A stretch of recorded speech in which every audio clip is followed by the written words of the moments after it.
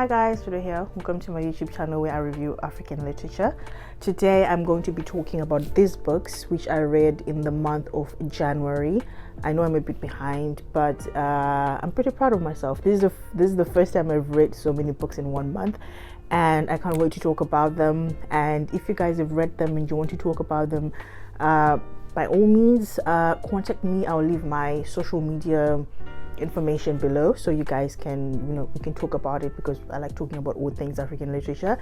And in this video I'm going to try and not have any spoilers, because I know some people might not have finished the book, so I'll try to keep it as minimum as I can. So yeah, let's get into the video. So book number 1 is Words and Other Weapons, and this is by Themebe Khumalo, and it's a collection of 22 short stories. And with short stories you can always pick and choose, and I think if you're someone who's in a reading slump, I would really encourage you to read this, because it's not a very thick book, so you can pick any story and read it, and it can actually get you into the hype of reading. And the other reason why I think it will get you out of a reading slump is because of the way the author writes her stories. They're very emotional and thought-provoking in a way that you just want to keep reading more and more.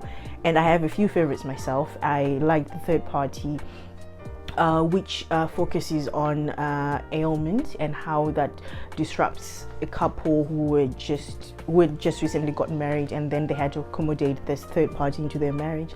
And I don't want to ruin anything, because with short stories you kind of have to read them, and as I say, they're not very long. And I really appreciated that she took time to join our book club, which is on Twitter, or X, and I'll leave the details below if you're someone who wants to know more about the book, about the style of writing, and also about her writing journey. And she's a very nice lady, and so if you have a chance, do grab a copy, read it, and we can discuss it, because it touches on so many topics like motherhood, relationships, when it comes to illness, how to handle that in a family. Because one of the stories, I'll just have to talk about it, another story that stood out for me was Where Did Khumalo Go? And it's more to do with a father who had brain damage, and the children, or the author, slowly saw him going away. And it's like mourning someone twice, because you mourn the person you used to know, and then eventually, sadly, when they pass away, you have to mourn that too. So it's really something that really evokes something in me, because the way that she writes, it really helps you to envision what exactly is going on. So if you have time, please, by all means, pick this book and read it. I'm not doing it any justice, because I'm trying not to ruin books for people, not to give too much detail. But as I said, if you're in a reading slump, if you want to try a new author, because she's not really new to the game, to be honest. She's been writing articles, she's been writing blogs and all of that. So this is actually, I think, her first published work, book-wise. So do support her, read her work, and if you want to read a new Zimbabwean author, here you go. Book number 2 is Maame, and this book is by Jessica George. This was my favorite read from January. I think so far it's been my favorite read this year. We're only in February, but yeah, it is my favorite read, and I loved it. I could not wait to wake up to read this book, because I was just so engrossed in it. This book, it takes us on a journey, and we see everything through Medie's eyes. So Medie, she is a young Ghanaian woman, and Ghanaian British, who lives in the UK, and she's maneuvering life, being a young adult, but she's quite a late bloomer, because she's still living with at a family house, taking care of her father, who is Parkinson's.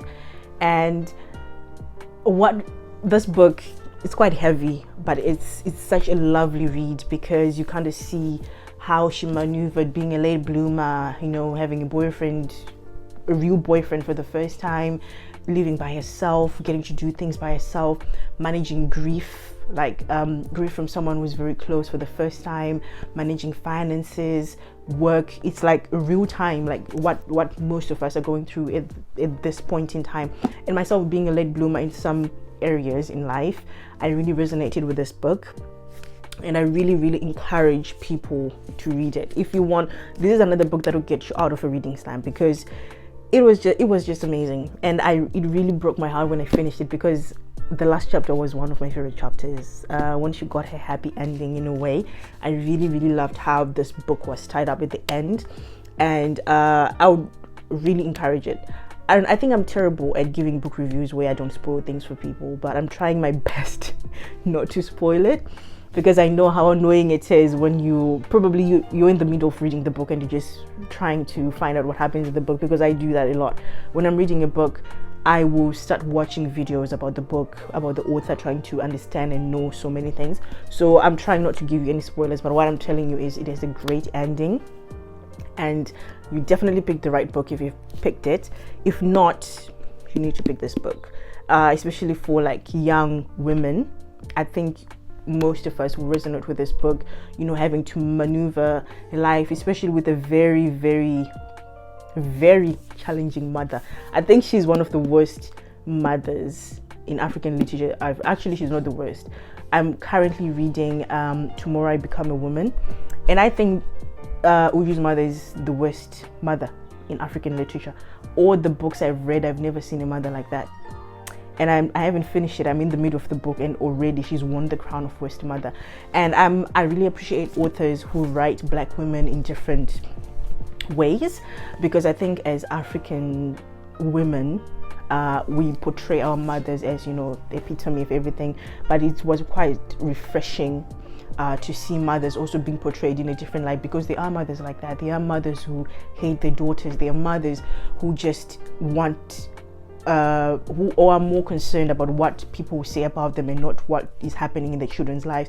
They are mothers who just don't care about their children. They are mothers who are just patronizing. And Mame's mother, she was just passive aggressive. It was very hard for me to read her parts until later on there was very good character development when it came to her, to the mom, because you get to understand why she's like that. But still, I was just like, man, why? Like every text was okay, thank you, like, you know, like when you're demanding but then you just say thank you at the end, like you're expecting it to be done already. That's how she was.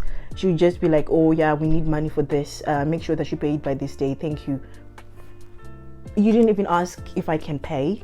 You didn't even ask if I have the money. You didn't even ask how I am. That's the kind of mother that she was. She was just expecting her to do everything. And it talks about how being a woman, you're just expected to do so many things. They're just expecting you're just expected to do these things. And if you're a firstborn daughter, I think this is a book for you. I'm a second born, so I think my sister might really resonate with this book. So I highly recommend this book, and if you have time, take time to read. And I'm always open to talk to people about the books that they've read. If you've read this book and you want to talk about it, I have a lot of things that I need to get out of my chest. I wish this was a spoiler video. I would have said so much, but yeah. For book number 3, we have Rootless, and this is by Krystle, Zara, Appiah.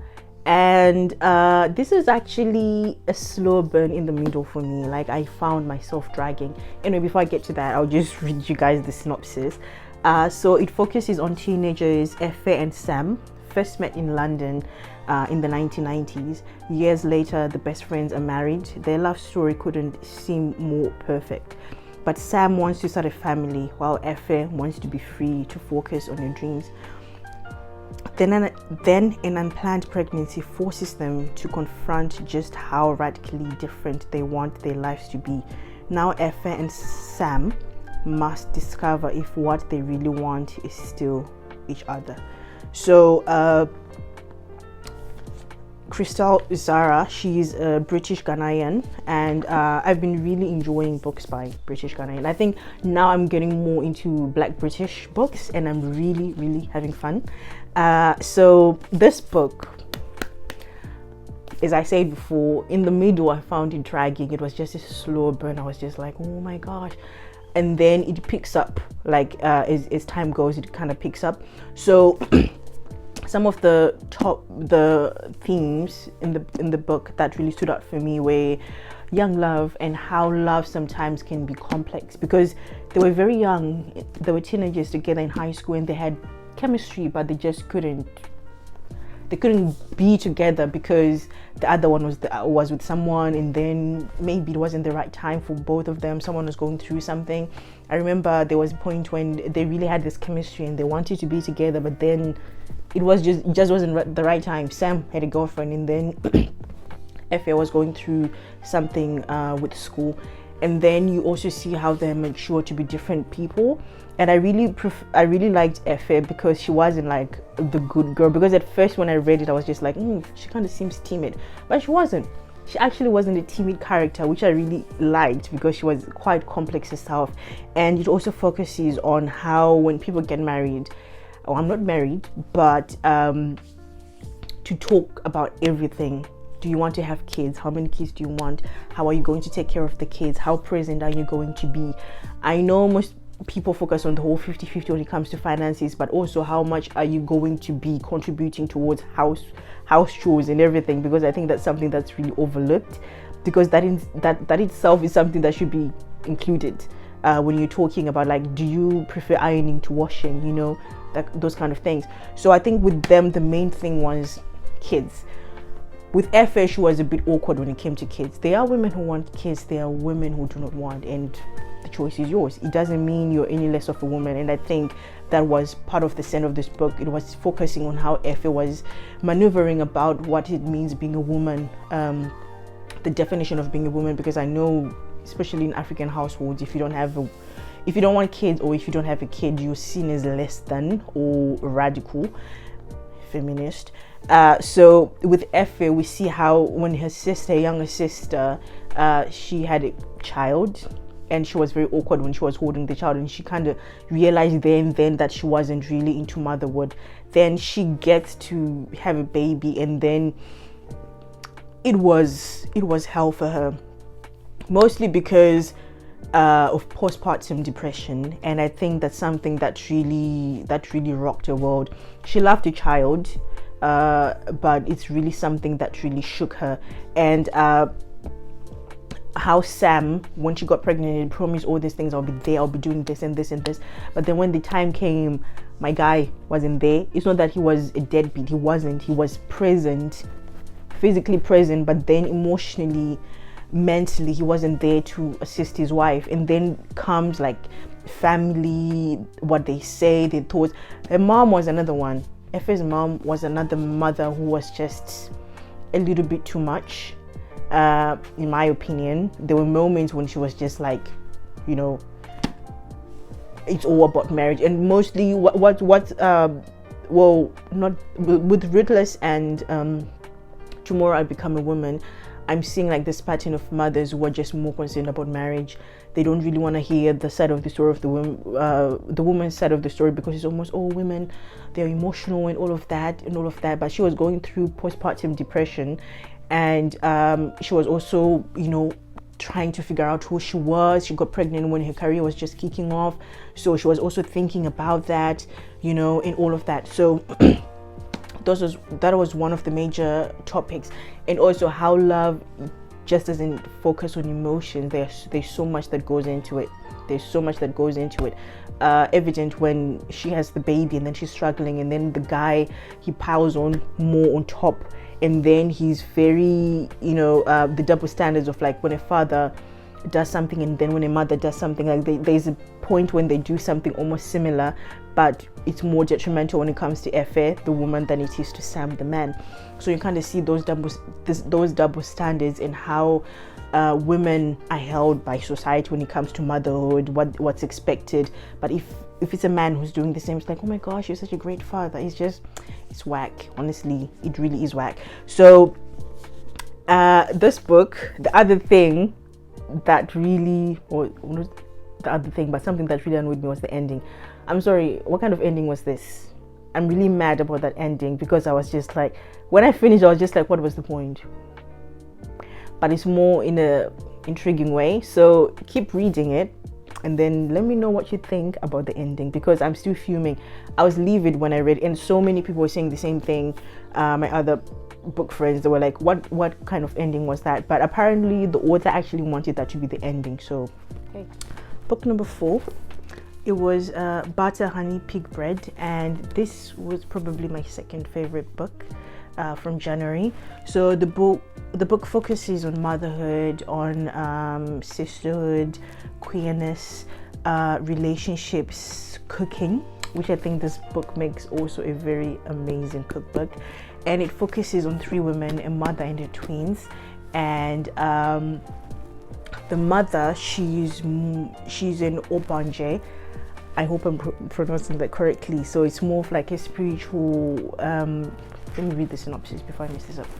So believing herself to be an Obanje, a spirit that plagues a family with grief by dying repeatedly in childhood and being reborn, Khumalo fears the consequences of her defiant decision to stay alive.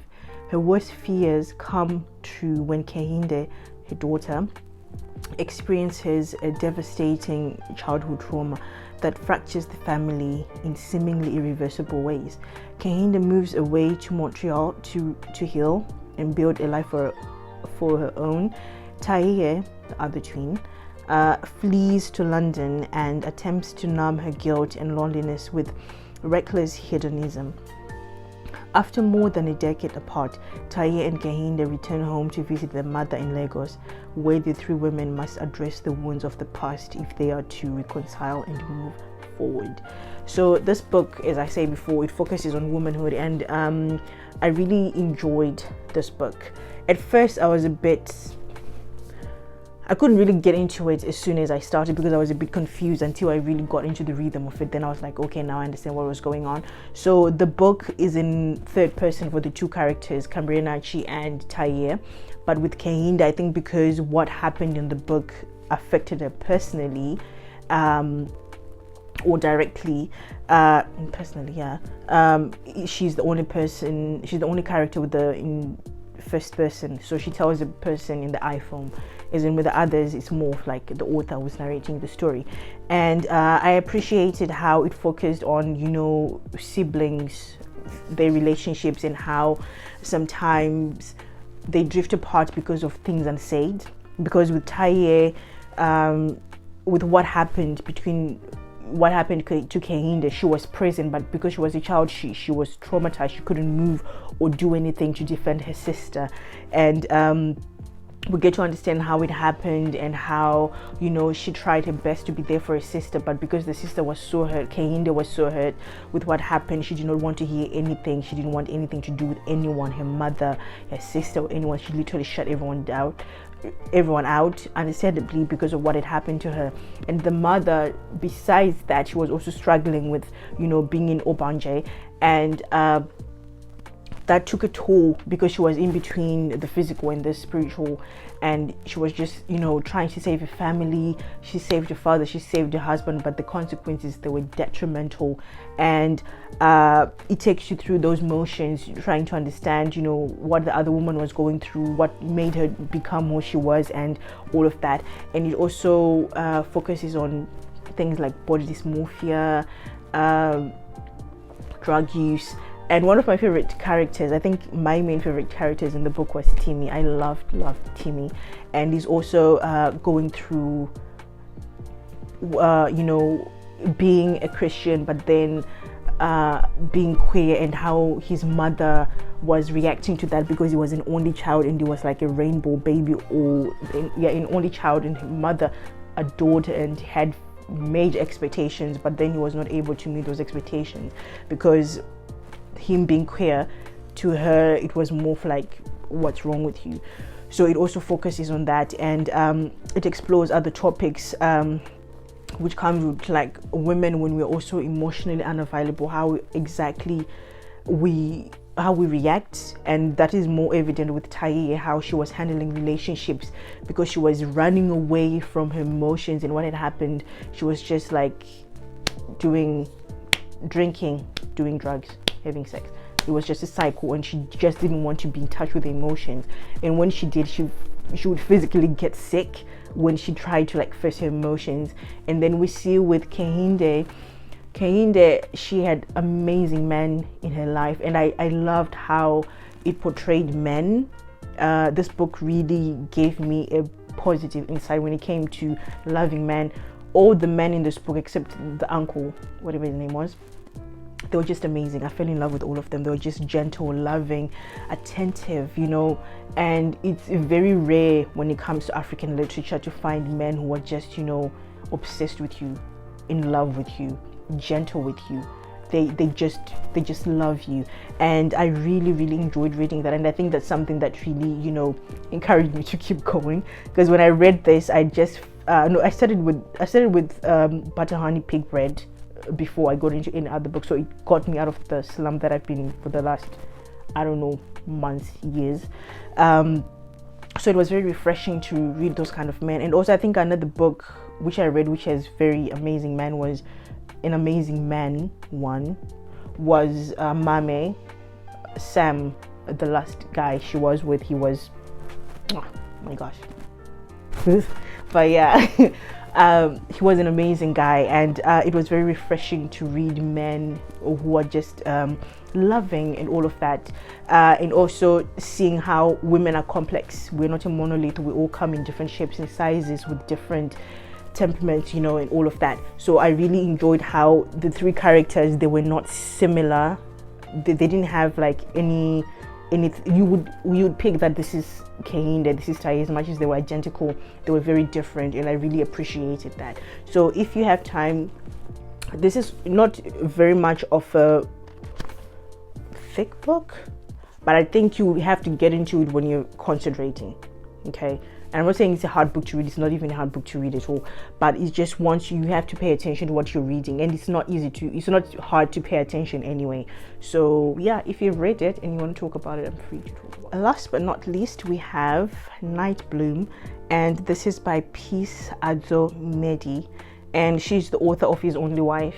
I have a grudge with His Only Wife, not because it's a bad book. It's not a bad book, but the person who recommended it to me told me it's a romance.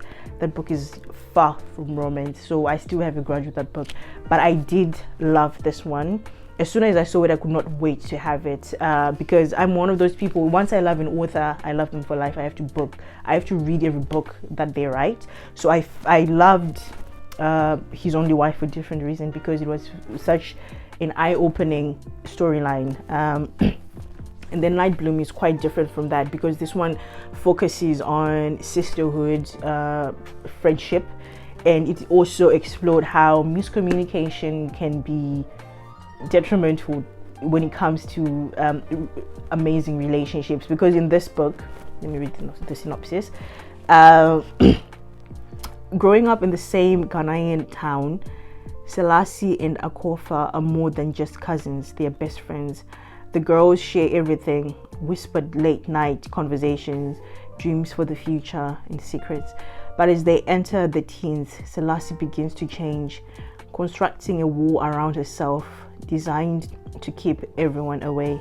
Soon, Akofa, no longer recognizing her sullen, withdrawn cousin. It would take many years for their paths to cross again. Akofa now works in international development as she navigates the challenges of life as a black woman and mother in the US. Selassie is a successful restaurant owner running the hottest spot in Accra. And when an incident at her restaurant puts Selassie in danger, the women must overcome their differences and face the truth to what happened all those years ago, even if others would prefer them to remain silent. So this book focuses on friendship, and you know, when you're young, you have your best friend and then you grow up together, but as you grow up you become different people, and that was the case in this book. They were very close cousins, but then as they grew up, they started to inherit their parents' beef. You know, they started to see things differently, but it was mostly because of miscommunication, in my opinion. I think because they didn't talk, and you know, when you're a teenager, all those hormones, and then you know, it was just like, it was a lot going on. And it happened when they were just like teenagers about to go to university, but they also met with the same challenge when it comes to, I think it was Selassie's uncle, who did something to the both of them, but it was separate. They didn't even talk about it. And with that comes the topic of how like the abuser is protected more than the survivor when it comes to like abuse in in families. It's more of like, oh, what will people say, all of this, all of that. They just try to bury it. And this guy, he went on to do it because they were just like covering up for him, and it destroyed these women's lives because they were never the same anymore. One of them, she dropped out of med school, and she had wanted to to do medicine and all of that. She was focused, she was determined, but because of that, it really derailed her. Segue. I actually watched Young Promising Woman, and it has something to do with this too. It was an amazing movie. I enjoyed it. Like, I haven't enjoyed a movie like that in such a long time, but it kind of has the same theme of how like when someone is abused, you literally destroying someone's life, and how you don't understand how much to affect them as time goes, and how protecting the person, they flourish, they go on with their lives, they're doing everything like it never happened. But what I liked with the movie, I'm sorry, I'm segueing, is that she got to revenge. So if you have time, make sure you watch Promising Young Woman. Very nice. But going back to the book, it focuses also on like unspoken words, like when there's so much unsaid, the tension keeps building and building and building, because from Selassie's point of view, she was like, oh, after all that we did for her, how can she be like that?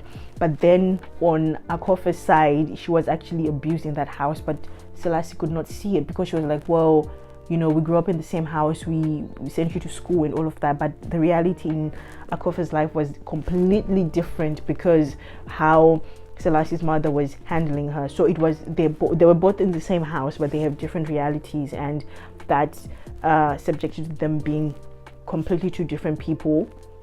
And then the tension grew because no one would confront the other. And Selassie, she was very, very sheltered, if I should say. So she didn't really, she was more of like a good girl, she was like listening to her mom, and the mom, she was just overbearing. I wouldn't say she's the worst mom, but she was a bit overbearing, and she was just like, she had grudges with everyone in the family. And then as time went, Selassie didn't even realize that she'd also inherited all those grudges. So I would recommend this if you're looking for a book which focuses on friendship, sisterhood, and how complex it is. It's not always straightforward. Even with your friends or your family or your sister, there might be like grudges, miscommunications, like tension and all of that. And I think if you read this book, you kind of see like sometimes your point of view is different from the other person's point of view, because you are a victim in your own right, the person is also a victim in their own right. So that's what happened. They were both victims in different ways. But then this whole thing of that there's only one person who was right and then there's only one person who was wrong. There were instances where they were both right and they were both wrong. So yeah, it really explored that. So if you have time, have a pick. And I think the paperback is coming out this year soon. So yeah, if you prefer paperback, it's coming out soon. But that's it for my January wrap up. I hope you guys enjoyed.